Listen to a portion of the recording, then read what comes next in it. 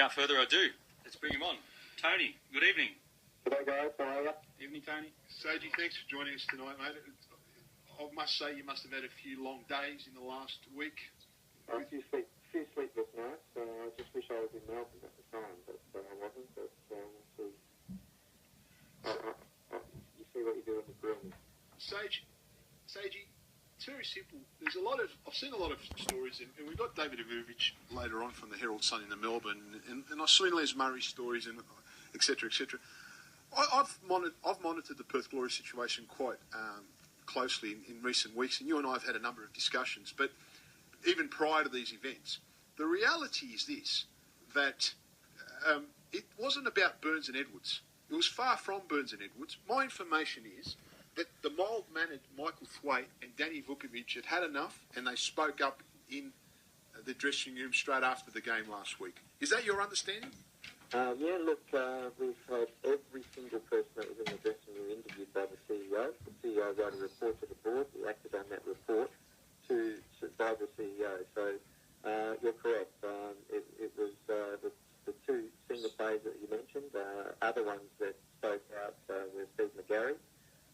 He spoke out quite significantly as well. So I don't think Burns came into the conversation until about 10 minutes in.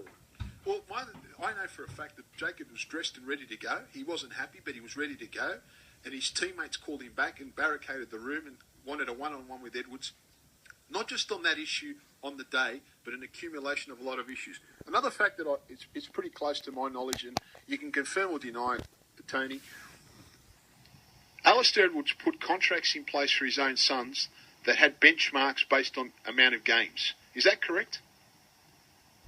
Look, it's a very thorny issue with a lot of the players. Yes, that's correct. I only confirm it now because there have been lots of media reports about it. I wouldn't have confirmed it otherwise, but it is out there in the media, and a lot of the players did find out about it. We don't know how they found out about it, but it happened about a month ago when this information came out, and a lot of the disquiet in the camp did come about because of those contracts. Tony, I can be on the record, as you know, I've managed players in the past at Perth Glory, and I've got finals up there these days. I can guarantee you that I know that for a fact, because in negotiating with one of your most talented players in Josh Risdon, without going into personal terms, I asked for certain benchmarks, and I was told by Edwards and Ante Kovacevic, a football director, in no uncertain terms, there would be no bonuses or structures of any sort outside the standard player contract. I was told categorically that no players would be getting this benefit. But yet I know for a fact that Mr. Edwards' sons not only were on benchmarks, but one of them had assistance with housing, another one had an assistance with a car, etc., etc. And for people to criticise you and to say that you control the club, you knew nothing about that, didn't you? No, I didn't. The football department is run by the head coach. I never interfere for the very reason is if I do, I can't, at the end of the year, if they haven't performed, sack them because they've been listening to my instructions. So every coach under the Perth Glory watch has had a free rein. They have a budget to stick to, and as long as they're under that budget, they don't get in trouble on the financial front. But from now on, one of the conditions that we did put on Alistair for him to stay was that would change and all contracts would be signed off by the CEO. And he rejected that in the piece that I tried to engineer between the two. Jacob Burns was a man enough to agree to apologise in front of the team to Alistair for some of the comments that he made to Alistair during the heated discussion. That would have given authority back to Alistair, but he refused point blank to agree to those concerns. I also understand, and this is a clarification, a point of clarification that needs to be made. You had no intention to sack Alistair Edwards. Your intention was to A, call a peace pipe between the six senior players and Alistair, and B, put in some mechanisms to ensure that something like this never happens again, correct? Correct. And he refused to accept those terms. Absolutely, yeah, absolutely, point blank. Because Nesco, I think he's a very good coach. I mean, we've had Snell, Dyke, Jamison, Risbert, Gallup, Benak, and Sydney out. 5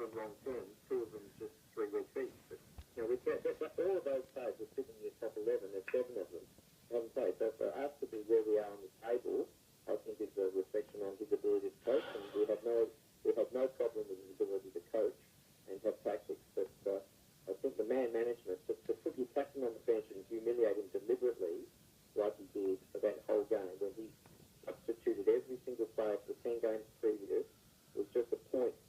And that is what incensed all the other senior players. He's very, very well respected at the club, Jacob Burns as captain.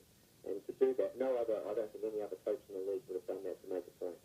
And what people need to understand is that it was that someone like Thwaite, who's not a non-confrontational character, for him to get to a point where he's closing the door of a dressing room after a match and calling an immediate meeting demonstrates that it was an accumulation of a plethora of situations that were occurring.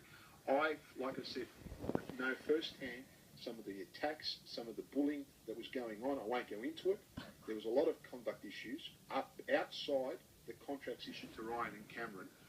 And I can also categorically state here on air, 3 weeks ago, players heard on the bench where the assistant at the time, who's still the assistant, my understanding is Navan, says to Edwards, let's throw on Brandon O'Neill, and he says, get Cameron ready. That type of situation affects players, whether it's intentional or subconscious. And some of anyone that wanted of those young players that challenged him, he would demean them, whether it was at airports, whether it was after training, and that's what cost Alistair Edwards. The senior blokes had enough of Alistair Edwards' attitude and bullying tactics. And let's not hide the fact it wasn't about this purported course of events after a match. It was a build-up over many weeks. Well, look, a lot of things that incensed the players as well, which we haven't mentioned, is the release of Pantelides. Now, you've just heard the list of players that we've got injured. We're struggling to have 16 fit players, and to release Pantelides when he did not want to go, I want to repeat that, he did not want to go. I can tell you now that he was marketing Pantelides 4 weeks before Pantelides left. I texted to Jason Brewer, your CEO, and I said, this is what's going on. Jason said, that's not correct, because understandably he was protecting the integrity of the player, the coach, and the club. Yeah. And to have him now come out publicly, when he was told categorically not to make a public comment, and to demean the club captain, it demeans the club. It's not about the club captain, because the club captains come and go, but it demeans the club. And to have stories come out today and to go and tell people that the CEO's son is now the coach, the goalkeeping coach, and to do all these personal attacks with his mates down at SBS, no one listens, radio station and TV, that is a sign of the guy's character and his flaws as a man manager. Well, we're completely disappointed at all that. Jason Brewer, the CEO, is definitely not going to goalkeeping coach or player. Look, one rule that we're going to bring in now, look, I give free rein to the managers, but there'll be one rule that no family members ever again, because I said that at the time. But everyone goes back to the thing, and it started a long time ago with the senior players as well, with the recruitment of Lubo.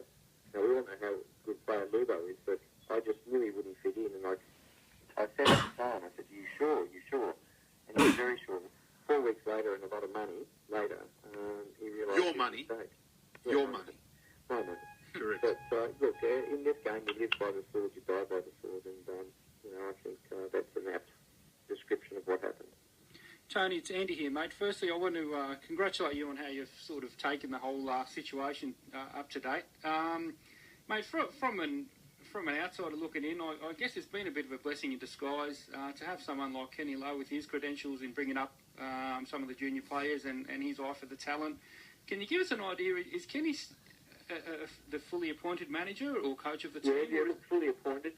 Look, he's a very smart man as well as his football brain. He's a very qualified engineer in a very narrow field here. So he's taken a massive pay cut to do this job. He quit on Friday at 12 and he joined us at 1 p.m. So his whole life he's wanted to do this.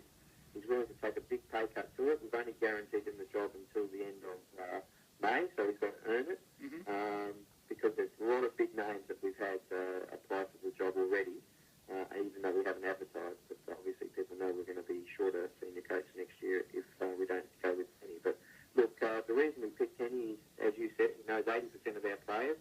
He's developed 80% of your players. Yep, he's been to every single game this year. He's watched every game on television. He knew exactly what he wanted to do when he walked into the club. Unfortunately,